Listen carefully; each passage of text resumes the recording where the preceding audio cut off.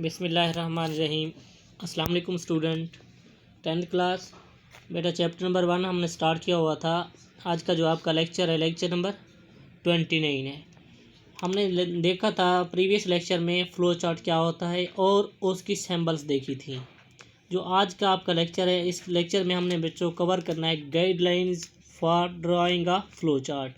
देखना है कि किस तरह हम लोग फ़्लो चार्ट की सैम्पल को इस्तेमाल करते हुए हम लोग फ़्लो चार्ट ड्रा कर सकते हैं। आज के लेक्चर में थोड़ा सा प्रीवियस जो लेक्चर था उसको कर लेते हैं रिवाइज। फ़्लो चार्ट क्या था बच्चों? Pictorial representation of algorithm. जो हमारे पास एल्गोरिथम होता था जिसको हमने बनाया था किसी भी प्रॉब्लम को सॉल्व करते हुए, उसके स्टेप्स लिखे थे।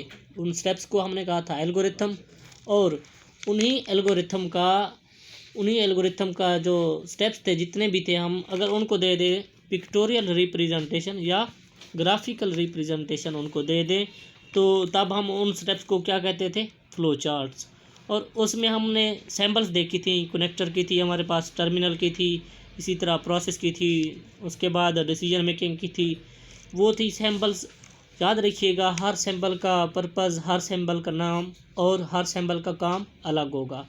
अब जो सैम्पल्स हमने देखी थी फ़्लो चार्ट की, उनको इंटरचेंज नहीं कर सकते।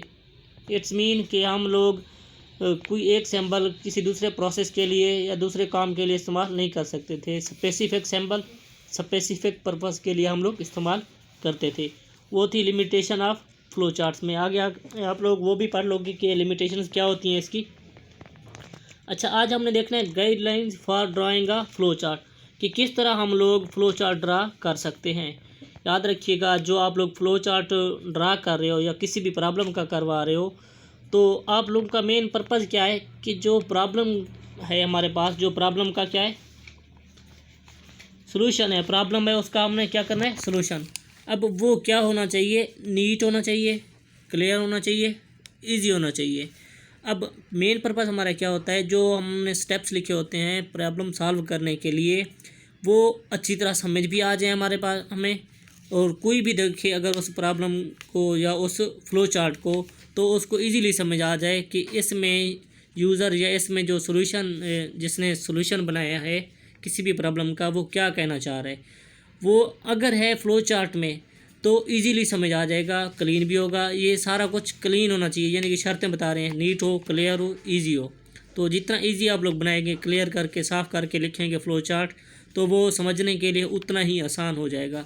तो चंद पॉइंट्स हैं वो आपकी बुक में से भी देख लेते हैं। जो मेन है वो मैं आप लोग को यहाँ पे पहले समझा देता हूँ। देखिएगा यहाँ पर, one flow line between process, ये मेन पॉइंट है। Main points of flow chart वो ये है कि जितने भी आप लोग प्रोसेस करवा रहे हो, इट्स मीन एक आपके जो फ़्लो चार्ट है उसमें जितनी दफ़ा आप लोग प्रोसेस या स्टेप्स ले रहे हो, उनको आपस में कनेक्ट करवाने के लिए सिर्फ़ और सिर्फ एक फ़्लो लाइन आप लोग ड्रा करवा सकते हो। फ़्लो लाइन की सैम्पल क्या थी बच्चों हमारे पास?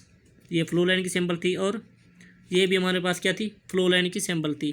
तो ये थी फ़्लो लाइन की सैम्पल। इनका हमने एक स्टेप्स के दरमियान या एक प्रोसेस के दरमियान सिर्फ़ और सिर्फ एक दफ़ा इस्तेमाल करना है। सिर्फ़ और सिर्फ एक दफ़ा इस्तेमाल करना है, ताकि वो इजी रहे। अगर बार बार आप लोग करते रहोगे तो वो डिस्टर्बेंस पैदा करेगा समझने के लिए भी और फ़्लो चार्ट ड्रा करने के लिए भी। लिहाजा हमने क्या करना है? सिर्फ़ और सिर्फ एक दफ़ा इस्तेमाल करना है। अब एक और पॉइंट है, यहाँ पर ये सैम्पल कौन सी है? प्रोसेस की सैम्पल इस्तेमाल की गई है। अब इस प्रोसेस की सैम्पल में देखिएगा, जो हमारे पास फ़्लो लाइन है, वो फ़्लो लाइन की जो सैम्पल थी, सिर्फ हम लोग यहाँ पे एक दफ़ा यहाँ पे इस्तेमाल कर रहे हैं, एक दफ़ा यहाँ पे।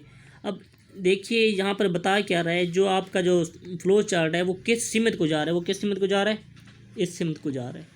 अब फ़्लो चार्ट यहाँ से स्टार्ट हुआ था, पीछे यहाँ पे कोई स्टेप्स नहीं दिखाएगा आप लोगों को। सिर्फ इसी स्टेप को कंसीडर करो कि पीछे से जो भी आपके स्टेप्स थे वो कनेक्ट हो रहे हैं इस स्टेप के साथ। इट्स मीन के प्रोसेस के साथ जो फ़्लो लाइन है वो कनेक्ट करवा रही है आपके फ़्लो चार्ट को।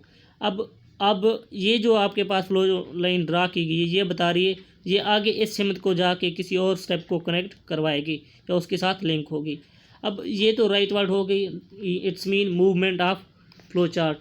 अब यहाँ पर देखिएगा अप एंड डाउन, अप आ रही है, अप से आ रही है डाउन की तरफ। यहाँ पे कोई और स्टेप होगा वो कनेक्ट करवा रहा है फ्लो लाइन को इस प्रोसेस के, और ये प्रोसेस जब कंप्लीट हो जाएगा ये फ्लो लाइन आगे इस बार कनेक्ट करवा रही है। इन शॉर्ट ये किस चीज़ को ज़ाहिर कर रही है, ये फ्लो लाइन फ्लो को ज़ाहिर कर रही है कि जो हमारे पास फ्लो चार्ट है उसका फ्लो किस सिमत को है। और एक और हम लोग सैम्पल इस्तेमाल करते हैं ये वाली। अब इस डायमंड शेप की जो सैम्पल है हमारे पास, इनको हम कहते हैं या इसका इस्तेमाल क्या है, डिसीजन के लिए। क्या काम करने के लिए, डिसीजन मेकिंग जहाँ पे करनी हो तब हम इस सैम्पल का इस्तेमाल करते हैं। अब इसमें एक पॉइंट आपने याद रखना है, जब डिसीजन मेकिंग की सैम्पल हो पीछे से यहाँ पे फ्लो लाइन एक आ रही है, पीछे से जो आपको इन शॉर्ट आप लोग समझ सकते हो, ये जो फ्लो लाइन थी यहाँ से आ रही है। अब वो प्रोसेस था, अब उस प्रोसेस के बाद हमने क्या करवाना था, डिसीजन करवाना था। वो यहाँ पे आके डिसीजन पे एक आ रही है। अब यहाँ से कितनी निकल रही है, दो, एक ये, उसके बाद एक ये आई एक थी और यहाँ पे दो। अब ये किस चीज़ को ज़ाहिर कर रही हैं, अब डिसीजन में हम लोग क्या देखते हैं, येस और नो। अब अगर येस की तरफ आएगा जो हमारा फ्लो चार्ट होगा तो ये लाइन, ये सिमत जो हमने यहाँ पे रखी थी फ्लो लाइन, ये ज़ाहिर करवाएगी। अगर जो डिसीजन मेकिंग थी हमने मेथड रखा था वो नो की तरफ है, दो वैल्यूज हो सकती हैं, येस और नो, ट्रू और फॉल्स। तब नो के लिए ये सिमत हम इस्तेमाल करेंगे जो फ्लो लाइन की है। तब अगर नो है तो यहाँ से आके हमारा फ्लो चार्ट इस सिमत को आएगा, यहाँ पे देखिएगा। अगर येस है तो हमारा जो फ्लो चार्ट था वो इस सिमत को आएगा, डिसीजन मेकिंग है इस सिमत से इस सिमत को आएगा। अब आगे देखिएगा, इसमें एक और पॉइंट भी है। ये थी हमारे पास डिसीजन मेकिंग की सैम्पल। अब यहाँ पर जो एक सैम्पल दिखाएगी ये भी, इसको कह सकते हैं आप लोग टर्मिनेटर। अब टर्मिनेटर आप लोग को बताया था, ये आप लोग स्टार्ट पे इस्तेमाल करते हो या करते हो एंड पे, या स्टार्ट पे इस्तेमाल करते हो या एंड पे। अब टर्मिनेटर की सैम्पल के साथ बच्चों जो फ्लो लाइन है वो एक ही जगह पे या तो आके उसको एंड कर रही है या उसको स्टार्ट कर रही है।